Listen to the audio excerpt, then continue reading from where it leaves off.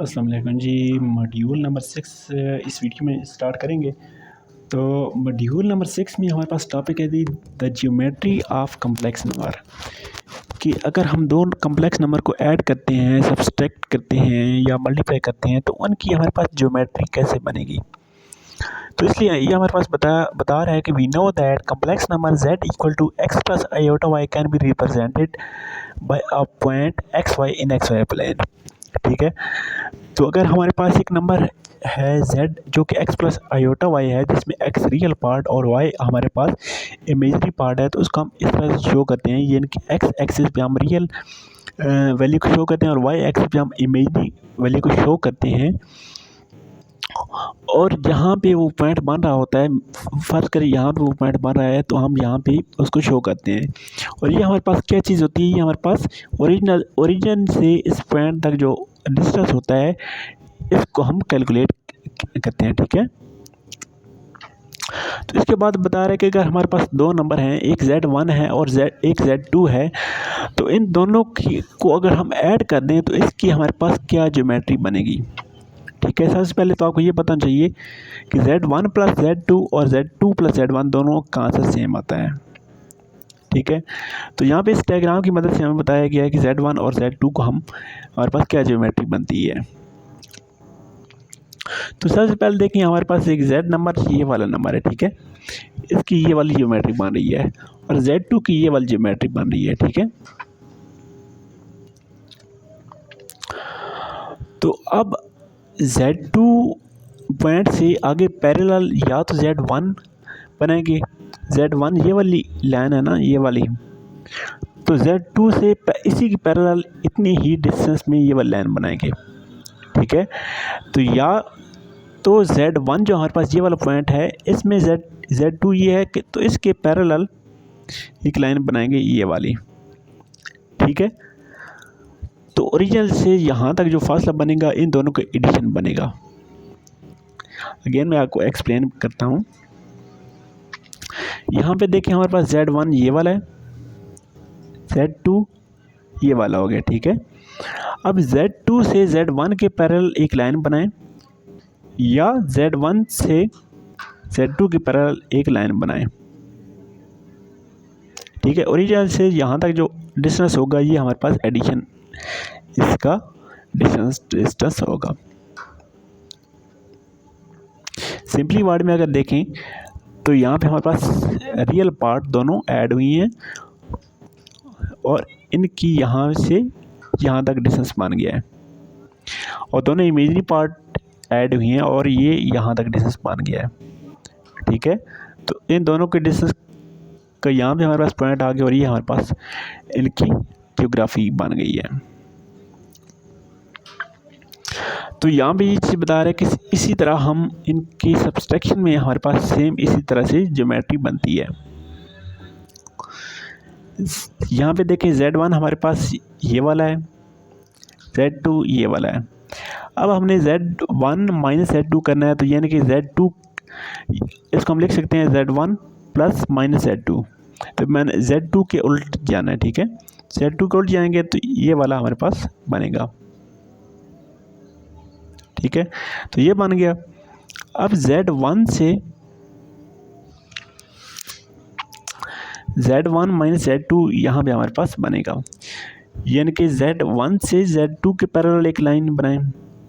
ठीक है, या z2 से z1 की पैरेलल लाइन बनाएं, तो हमारे पास यहाँ पे ये पॉइंट बनता है जो कि हमारे पास z1 माइनस z2 है। जस्ट आपकी अंडरस्टैंडिंग के लिए ये चीज़ थी, बाकी पेपर में इसके हवाले से कोई चीज़ इतनी इंपॉर्टेंट नहीं आती। तो यहाँ पे जो चीज़ याद रखने वाली है, ये वाली रिमार्क्स इंपॉर्टेंट है। रिमार्क्स में क्या कह रहे जी, multiplication of two complex number is neither dot product not vector product, यानी कि दो कम्प्लेक्स नंबर की जो मल्टीप्लिकेशन होती है वो ना ही डॉट प्रोडक्ट है और ना ही वेक्टर प्रोडक्ट है। उसके बाद ये हमारे पास है जी मॉडुलस। तो मॉडुलस क्या चीज़ होती है, the vector interpretation of complex number help us defining modulus of absolute value of complex number. ठीक है, कि यानी कि एब्सोल्यूट क्या चीज़ होती है, अगर हमारे पास एक कम्प्लेक्स नंबर है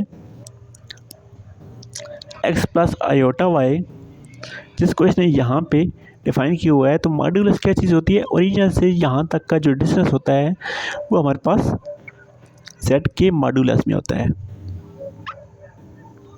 ठीक है, यानी कि ओरिजिन से लेके इस पॉइंट तक जितना भी डिस्टेंस होता है उसको हम z मॉड्यूलस बोलते हैं। और ये कैसे निकालते हैं, तो इसका निकालने का ये वाला फार्मूला लिखा हुआ है। ठीक है, x का स्क्वायर प्लस y का स्क्वायर और इसका अंडर रूट। अगर फर्ज करें हमारे पास यहाँ पे z था 2 + 3 आयोटा, तो इसका मॉड्यूलस क्या बनेगा, 2 का स्क्वायर 4 प्लस 3 का स्क्वायर 9 अंडर रूट। तो ये हमारे पास बन जाएगा अंडर रूट 13 z का मॉड्यूलस। ठीक है, यहाँ पे एक और चीज़ इसने डिफाइन की हुई है। अगर हमारे पास दो पॉइंट हैं x1 y1 और सेकंड पॉइंट है हमारे पास x2 y2, तो इसका डिस्टेंस हम कैसे डिफाइन करते हैं, x1 माइनस x2 का square plus y1 minus y2 whole square और अंडर रूट। ठीक है, और अगर हमारे पास x2 y2 यानी कि ओरिजिन हो तो हम इसको सिंपल लिख सकते हैं x2 प्लस y2। तो यहाँ से आप जस्ट ये वाला फार्मूला याद रखना है। ठीक है, इसी मदद से हम आने वाले क्वेश्चन करेंगे। यहाँ पे जी ये क्या कह रहा है, अगर हमारे पास z है x प्लस 0 आयोटा, तो इसकी वैल्यू क्या बनेगी। ठीक है, z हमारे पास है x प्लस 0 आयोटा, तो इसका मॉड्यूलस हमारे पास बनेगा x का स्क्वायर प्लस 0 का स्क्वायर 0 ही होता है, उसको लिखने की ज़रूरत नहीं। ठीक है, तो x का स्क्वायर और रूट कैंसिल हो जाएगा, तो ये जस्ट x का मॉड बन जाएगा। ठीक है, ये चीज़ कह रहा है। तो ये चीज़ आपने याद रखनी है कि z का जो मॉड्यूल होता है, मॉड्यूलस, अगर x प्लस आयोटा 1 हो तो ये हमारे पास जस्ट x का मॉड बन जाता है। नेक्स्ट एग्जांपल है जी, find modulus of complex number 2 + 3 iota. तो सिंपल क्या करना है, 2 का स्क्वायर प्लस 3 का स्क्वायर 9 हो गया और अंडर रूट 13, जो मैंने आपको ऑलरेडी एग्जांपल करा दी है। आगे जी कंपैरिजन ऑफ 2 कॉम्प्लेक्स नंबर।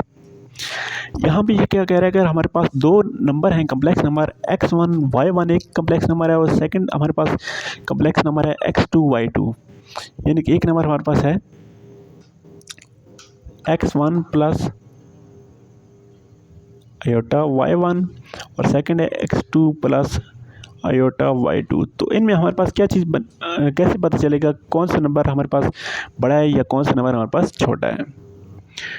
तो यहाँ भी ये कह रहे हैं कि अगर हमारे पास दो रियल नंबर हों, जैसे कि 7 और 5 हैं, तो हम बता सकते हैं कि 7 हमारे पास बड़ा है 5 छोटा है, या 3 और 4 की इसने एग्जांपल दी है कि 4 बड़ा है और 3 छोटा है।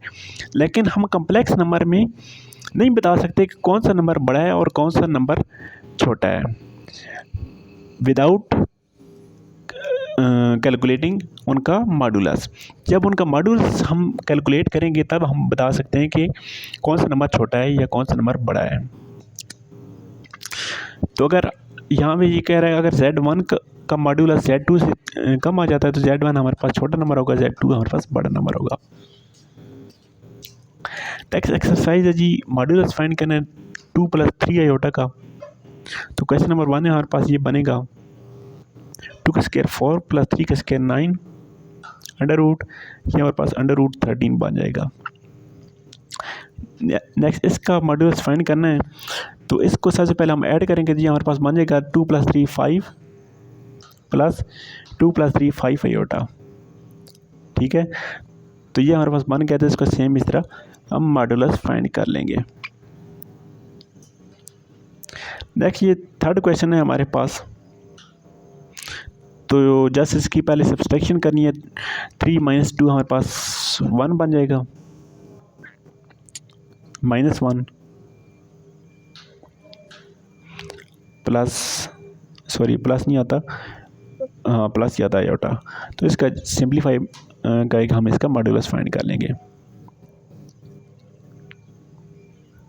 नेक्स्ट एग्जांपल है, नेक्स्ट एग्जांपल में पहले हमारे पास इसमें डिवीज़न होगी। ठीक है, इन दोनों को डिवाइड करके जो हमारे पास आंसर आएगा उसका हम मॉड्यूलस फाइंड करेंगे। क्वेश्चन नंबर 5 है, इन दोनों को मल्टीप्लाई करके जो आंसर आएगा उसका हम मॉड्यूलस फाइंड करेंगे।